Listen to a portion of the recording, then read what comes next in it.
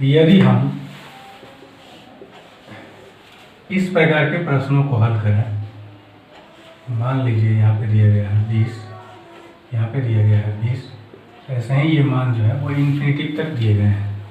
इसको यदि हमें हल करना हो, मान लीजिए ये x है, इस प्रकार का यदि कोई मान हो जिसमें इसके वैल्यू जो है वो अनंत तक दिए गए हों, तो इसका आंसर जो होता है वो जो मान इसके अंदर देता है वही इसका आंसर होता है।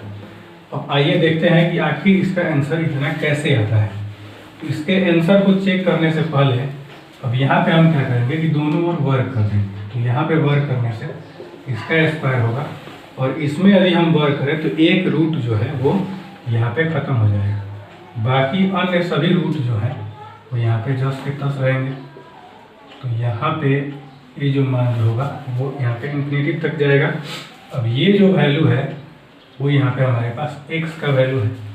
तो यहाँ पे हम फिर क्या करेंगे कि इसके जगह पे हम लिख देंगे x, तो ये हो जाएगा 20x। अब यहाँ से 20x जब इधर आएगा तो ये होगा x² minus 20x equal to 0। इन दोनों में से यदि हम x को मान लें तो ये होगा x माइनस 20 इक्वल टू 0, ये होगा x इक्वल टू 0 और x माइनस 20 इक्वल टू 0। तो यहाँ से x का वैल्यू जो होगा वो होगा 20।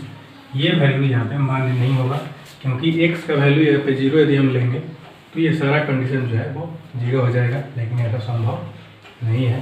तो ये वाला वैल्यू जो होगा वो इसका आंसर होगा।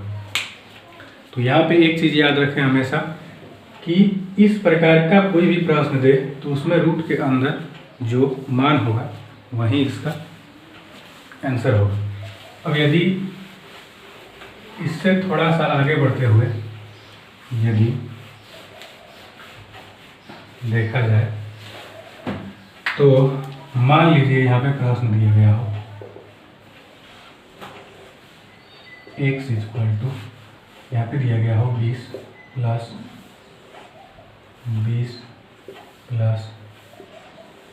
यहाँ पे 20, इसके बाद यहाँ पे इन्फिनिटी का वैल्यू दिया गया हो।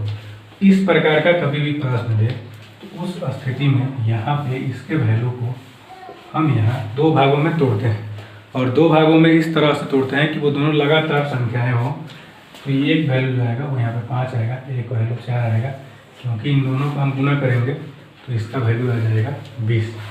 तो इन्हीं दोनों में से कोई ना कोई इस प्रश्न का उत्तर होगा।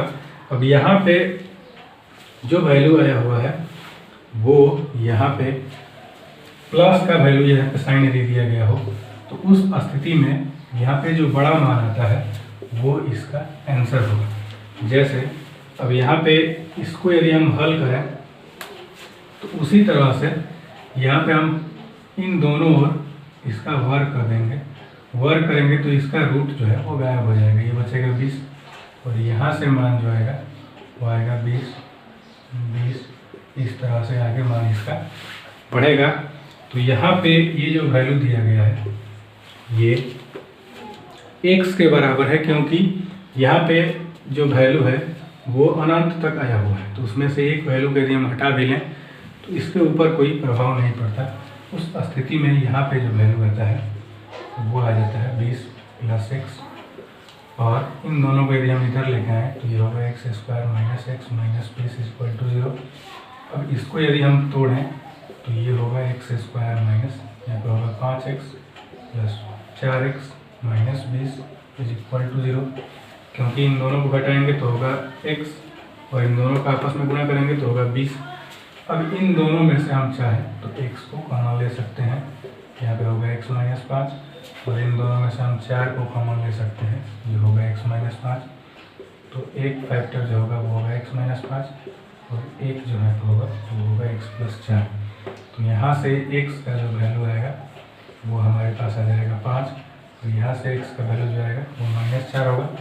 तो यहाँ पे ये वैल्यू संभव नहीं है, इसलिए इसका बड़ा जो वैल्यू आता है वो हमेशा इसका आंसर आता है।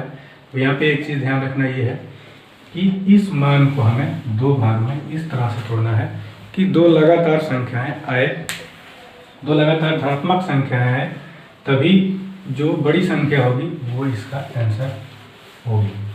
अब यहाँ पे अगला यदि कंडीशन देखें तो मान लीजिए यहाँ पे मान जो आया हो वो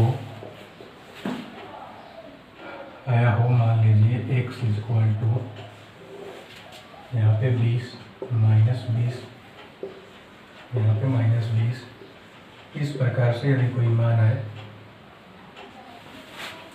उस स्थिति में इसका जो उत्तर आता है वो, इसका यदि हम फैक्टर करें तो ये आएगा 5 गुना 4। इसको भी हम दो लगातार संख्याओं के गुणनफल के रूप में तोड़ते हैं, और इसमें यदि माइनस का साइन है तो जो सबसे छोटा वाला वैल्यू है इन दोनों में, वही इसका आंसर होता है। जैसे अब यदि हम हल करें तो सिमिलरली यहाँ पे दोनों ओर स्क्वायर करेंगे तो इसका रूट जो है वो गायब हो जाएगा, बाकी अन्य सब पे रूट का वैल्यू यहाँ पे रहेगा। इस तरह से इसका जो वैल्यू है वो यहाँ पे x के बराबर होगा, तो ये हो जाएगा x square equal to 20 minus x। क्योंकि इसमें से एक 20 हम निकाल भी लें तो कोई इसके ऊपर इफेक्ट नहीं होगा, तो यहाँ पे होगा x स्क्वायर माइनस माइनस इधर आएगा तो प्लस होगा, और ये होगा माइनस 20 इक्वल टू 0। यदि हम इसका गुणनखंड करें तो ये होगा माइनस प्लस 4x